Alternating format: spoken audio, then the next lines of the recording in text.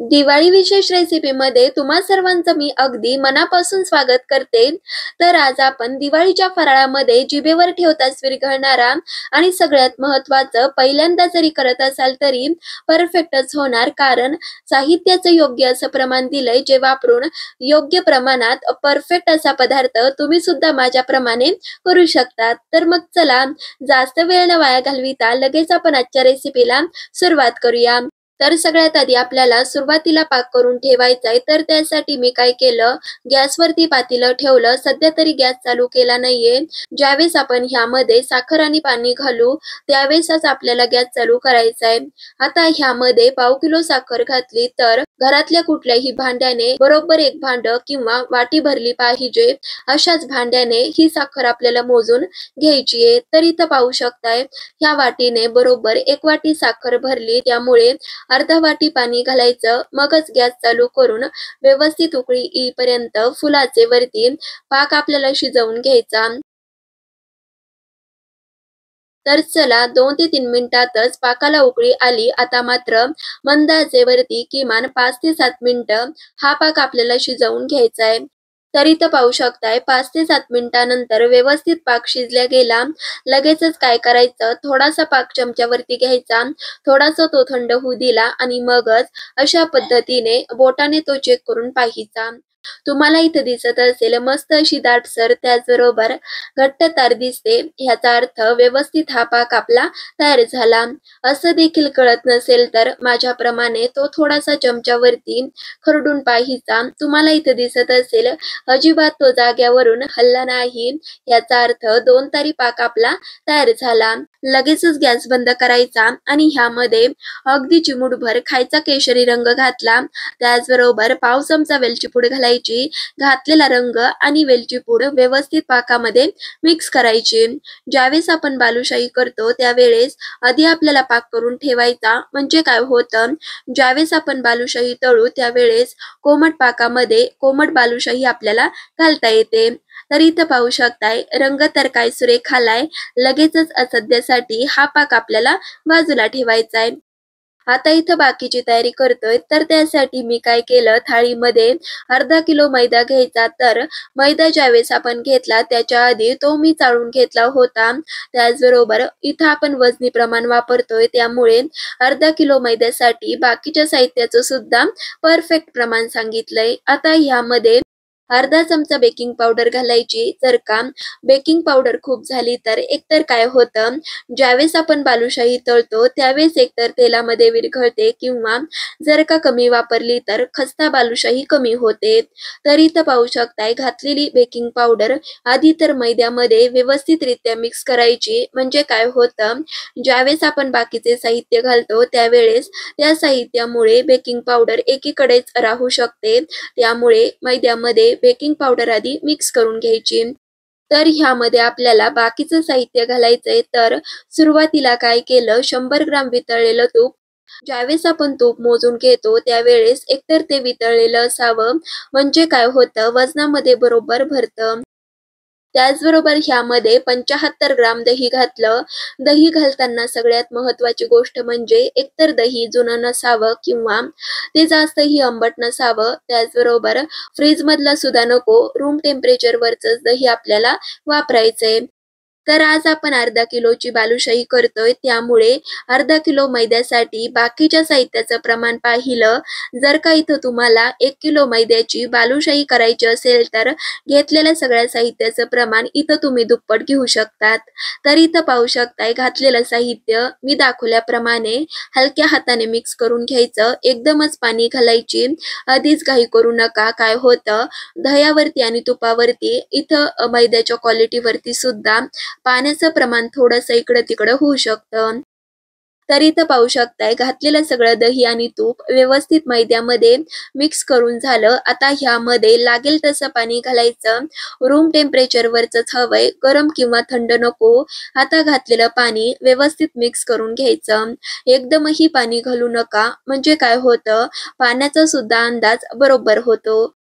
तर बालुशाहीसाठी पीठ कसं मळलेलं हवं, तर ना जास्त घट्ट ना जास्त पातळ, एकतर पातळ केलं तर एक तर काय होतं, बालुशाही चपटी होऊ शकते, अजिबात ती खस्ता होत नाही. आणि अजून एक सांगायचं झालं तर घट्ट केलं तर एकतर काय होतं, ज्यावेळेस आपण बालुशाही तळतो, बालुशाहीचे तळताना तुकडे पडू शकतात.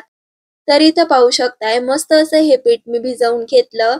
सगळ्यात महत्त्वाची गोष्ट म्हणजे ज्यावेळेस आपण बालुशाही करतो, त्यावेळेस अजिबात हे पीठ आपल्याला मुरवत ठेवायचं नाहीये.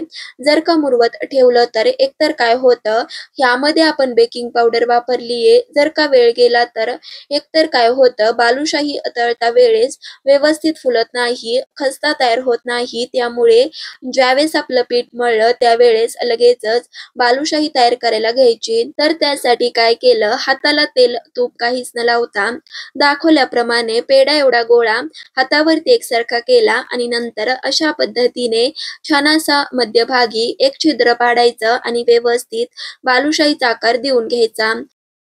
तर इथं पाहू शकताय मस्त अशी सुंदर सुरेख बालुशाही आपली तयार झाली. आणखी एक तुम्हाला करून दाखवते. बालुशाही करताना खूपही मोठी करू नका, कारण ही बरीच फुलते. जर का अशा पद्धतीने साहित्याचं प्रमाण घेतल्यावर कमीत कमी साहित्यात सुद्धा भरपूर अशी बालुशाही आपली तयार होते. तर चला, तुमच्याशी बोलता बोलता दुसरी सुद्धा बालुशाही झाली. अशाच पद्धतीने काही करते आणि नंतर तुम्हाला दाखवते. तर चला, काही बालुशाया तयार करून घेतल्या. लगेचच कशा तळायच्या ते पाहूया. तर बालुशाही तळताना सगळ्यात महत्त्वाची गोष्ट म्हणजे तेल खूप गरम नसावं. जर का तेल खूप गरम असेल तर बालुशाही टाकल्या टाकल्या एकतर ती लाल होते, आतून कच्ची राहते. तर इथं पाहू शकताय ज्यावेळेस पिठाचा गोळा तेलामध्ये टाकला, बुडबुडे येऊन तो अजिबात वरी आला नाही, तो जाग्यावरती तसाच राहिला. ह्याचा अर्थ तेल आपलं इथं व्यवस्थित गरम झालं.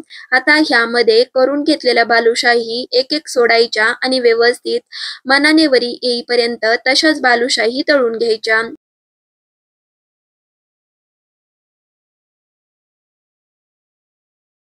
तर इथं पाहू शकताय बालुशाही घातल्यापासून एकूण 7 ते 8 मिनिटात खालच्या साईडने व्यवस्थित बालुशाही तळून झाली. लगेचच उलटवून वरच्या साईडने सुद्धा मस्त अशी बालुशाही तळून घ्यायची. बालुशाही घातल्यापासून एकूण 15 ते 17 मिनिटं दोन्ही साईडने सुद्धा बालुशाही तळून झाली. लगेचच काढून घ्यायची. बालुशाहींचा तुम्ही आवाज ऐकू शकता. तर मग झाली आहे ना एकदम खस्ता, फ्लेकी. लगेचच आता ही बालुशाही पाकामध्ये घालायची आहे. तर पाकामध्ये बालुशाही घालताना एकतर ती जास्त गरम नसावी, त्याचबरोबर पाक सुद्धा जास्त गरम नको. पाक कोमट आणि बालुशाही सुद्धा कोमट, दोन्ही सुद्धा कोमट असावं. जर का बालुशाही गरम आणि पाकही गरम असेल तर बालुशाही घातल्या घातल्या पाकामध्ये विरघळते, किंवा दोन्ही सुद्धा थंड असेल तर पाकामध्ये बालुशाही व्यवस्थित मुरत नाही. तर आता पाकामध्ये बालुशाही घालायची आहे. तर इथं काय केलं, मगाशी पाक तयार केल्यामुळे आता बराच वेळ झाला, यामुळे पाक थंड झालता. थोडासा कोमट होईपर्यंत पाक आपल्याला गरम पुन्हा करून घ्यायचा आहे. कोमट जी आपली बालुशाही झाली ती घालायची आणि व्यवस्थित 4 ते 5 मिनिटं खालच्या साईडने व्यवस्थित पाक मुरेपर्यंत राहू द्यायचं. तर चला, 4 ते 5 मिनिटातच खालच्या साईडने व्यवस्थित पाक शोषला गेला. लगेचच उलटवून वरच्या साईडने सुद्धा पाकामध्ये मुरू द्यायची. तर इथं पाहू शकताय वरच्या साईडने सुद्धा मस्त अशी पाकामध्ये बालुशाही मुरल्या गेली. लगेचच पाकामधून बालुशाही छान अशी निथळून एका डिश मध्ये काढून घ्यायची. तर इथं तुम्हाला दिसत असेल मस्त अशी रसरशीत, जिभेवर ठेवताच विरघळणारी ही बालुशाही दिसते. बाकीच्या सुद्धा अशाच पद्धतीने करते आणि सगळ्या बालुशाही झाल्यावर तुम्हाला दाखवते. तर चला, सगळ्या बालुशाया तयार केल्या. इथं तुम्हाला दिसत असेल मस्त अशी रसरशीत, जिभेवर ठेवताच विरघळणारी. आज आपण परफेक्ट प्रमाणात साहित्याचं योग्य प्रमाण घेऊन त्याचबरोबर पाक कसा तयार करायचा इथपासून तर पाकामध्ये बालुशाही कशा पद्धतीने घालायची इथपर्यंत भरपूर साऱ्या टिप्स तुम्हाला सांगितल्या. त्यामुळे पहिल्यांदा जरी करत असाल तरी परफेक्टच होणार. तर वाट कशाची पाहताय, येत्या दिवाळीला घरी ट्राय करा. कशी वाटली वाटली ते सुद्धा कमेंट मध्ये नक्कीच सांगा. तर एक बालुशाही तुम्हाला तोडून दाखवते. आहा, पाहू शकताय काय रसरशीत, जिभेवर ठेवताच विरघळणारी, तितकीच खस्त आणि फ्लेकी ह्या दोन्हीचं कॉम्बिनेशन असणारी बालुशाही आपण तयार केली. तुम्हाला सुद्धा जर का हलवाईपेक्षा सुंदर बालुशाही करायची असेल तर ह्या दिवाळीला ही बालुशाही मी सांगते म्हणून नक्कीच ट्राय करा. सबस्क्राईब देखील नक्कीच करा. तर मग चला पुन्हा भेटूयात अशाच एका नवीन साध्या सोप्या पारंपरिक रेसिपी बरोबर. तोपर्यंत धन्यवाद.